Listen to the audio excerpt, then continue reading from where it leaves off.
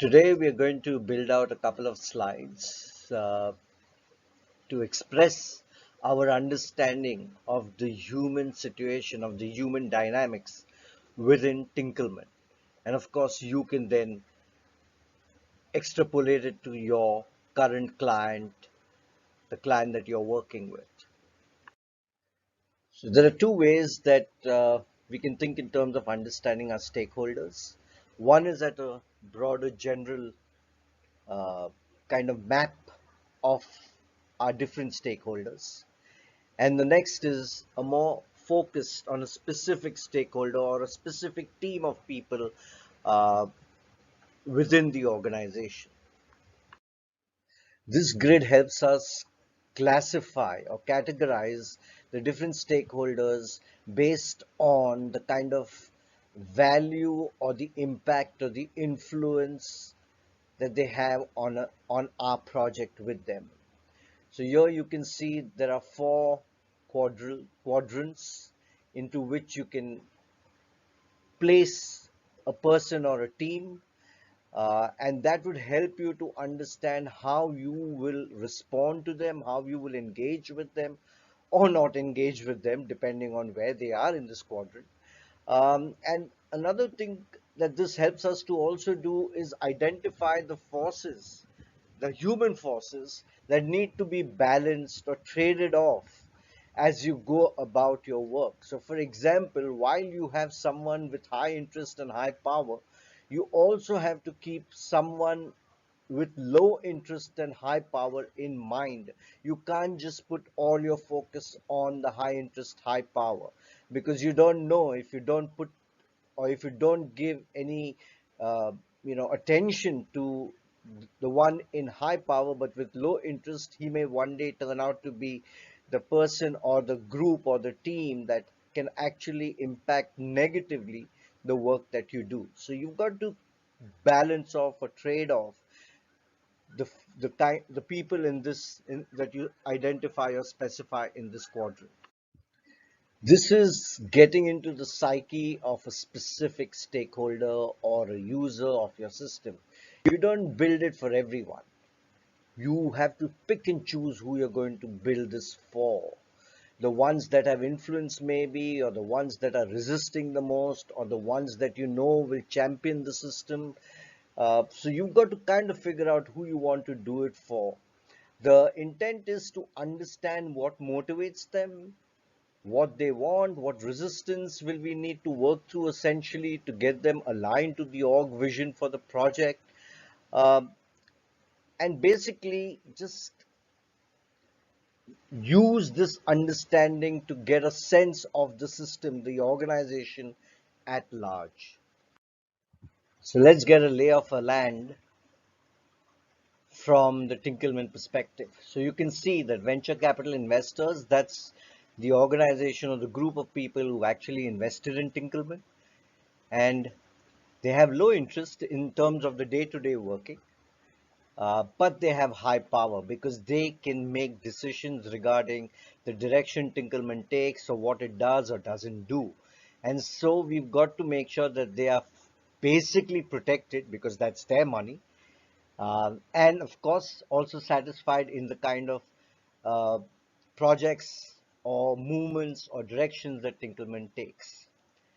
The next is the high interest and high power, and let's just talk about two of them. One is Elise Morrison. She's obviously very angry with the way IT is working or has been able to enable her or not enable her. And so she has high power because she's also leading the business and driving the sales at the baristas. And so you have both an angry and a very interested and powerful person in deploying, in terms of deploying IT and deploying our technology. And so we've got to really pay attention to her, really try and satisfy her, really make sure that she gets what she wants because she is moving the business forward. The same with Abigail Smith. She too is from a sales perspective and moving the sales of coffee powders and coffee pouches forward, and so we need to make sure that she's uh, got all the support, she's got our attention and got all the support she needs. The CFO is, of course, the guy holding the money strings, and so we need to be very cognizant. In fact, I would have probably, I keep kind of, I'm conflicted between keeping the CFO uh, almost at the same level as the CEO. And the reason I say that is because I know the CEO is the innovator and he's already sold on technology. And so while we have to pay attention to him, we all, my take would be to pay attention to the guys who are a bit not too happy with the way things are going, and the CFO definitely is one of them. As to why I would put the CIO a bit below, no real reason. I mean, he's there and obviously someone with high interest and power, and so we've got to keep him satisfied. And he's got lots of challenges, and so we need to ensure that we kind of address some of his fundamental problems because finally, he in some senses, and not in some senses, actually answerable to the CEO and to the board, etc. The CFO also. Then the people who we have to monitor and keep informed, the ones with high interest, because they are the ones who are actually going to use our systems most likely, are the shop managers, the marketing people, the baristas, and the customers. And here, it's not that they really have low influence, they have a low direct influence, but they have a pretty high influence as far as the movement or the directions the technology solutions will take. And of course they have high interest, so we are building it for them. Finally, it's the low interest and low influence folks, and here you can see the package bean owner, because I think by and large this is a new org, or it's already growing. Uh, and so you kind of say, okay, you're low on priority because right now my first focus is Elise and Abigail, and of course then the CEO, etc. And so in some sense you're kind of pushing him down a little because you're not probably not going to focus on him right now. Finance and procurement always, but remember, you've got the CFO covered. So, finance would probably follow what the CFO says. And as far as procurement is concerned, remember, they're important, but they're the ones who are basically signing off on what is asked for by the people in power, which in this case would be, let's say, an Elise or an Abigail. And then you have customer focus groups. Again, from them, we actually learn about what we need to do or not do, but they don't directly say, okay, I need this, or they don't really direct the direction that we take with the solution. So here you can see we have a lay of the land kind of thing. We have an understanding of who we want to put our attention on, who we want to put most of our attention on, who we want to reduce or put a little less attention on, and so on and so forth. Now, just one thought there. Uh, People who are you're not giving too much attention to, don't forget that they may in turn, maybe in a quarter's time, may actually become people with higher power or with higher interests. So don't completely neglect them, keep them in your mind, but you don't, like, for example, if I would meet Elise once a week, I would probably meet, let's say, Curtis, the package bean owner, once a month or something. So it's kind of balancing out, trading off the attention you're giving amongst the different influences within this quadrant that you have. So here, what you'll notice is that we've honed in on, focused on, gone deep into a specific type of people, not necessarily one person. So basically, what we would have done was we would have talked to a number of line staff and then pooled some of the things that we've heard and which is common amongst all of them.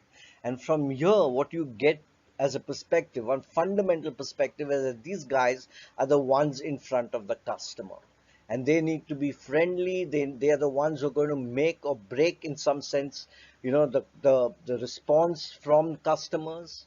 They're going to and they are also actually going to make or break the organization in some sense, because they are the ones who are the face of the organization.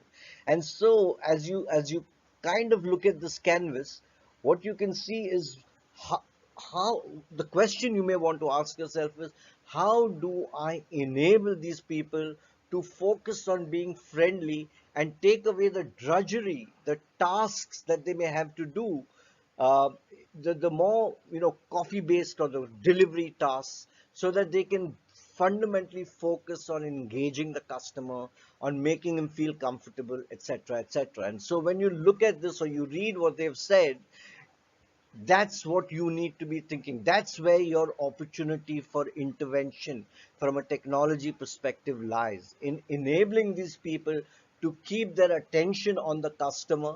It's almost as if keep their attention on the customer, and everything else that they need to do for the customer in terms of giving him coffee or taking his order all happens almost automatically in the background while they are having this great chat with the customer, making him feel you know looked after, and so on and so forth. So as I said before, for people like us, or for most technologists, managing people, empathizing with them, listening to them from a certain perspective, which is theirs and not ours, and being able to really get into their shoes is not really so easy for us. But there are ways when with practice you can get there. And well, technically speaking, since the customer is king at some, which is a cliche, then it really is imperative for us to ensure that we understand him so we can actually deliver value, and we can actually deliver what he wants, through which he can create value for the organization. Thank you.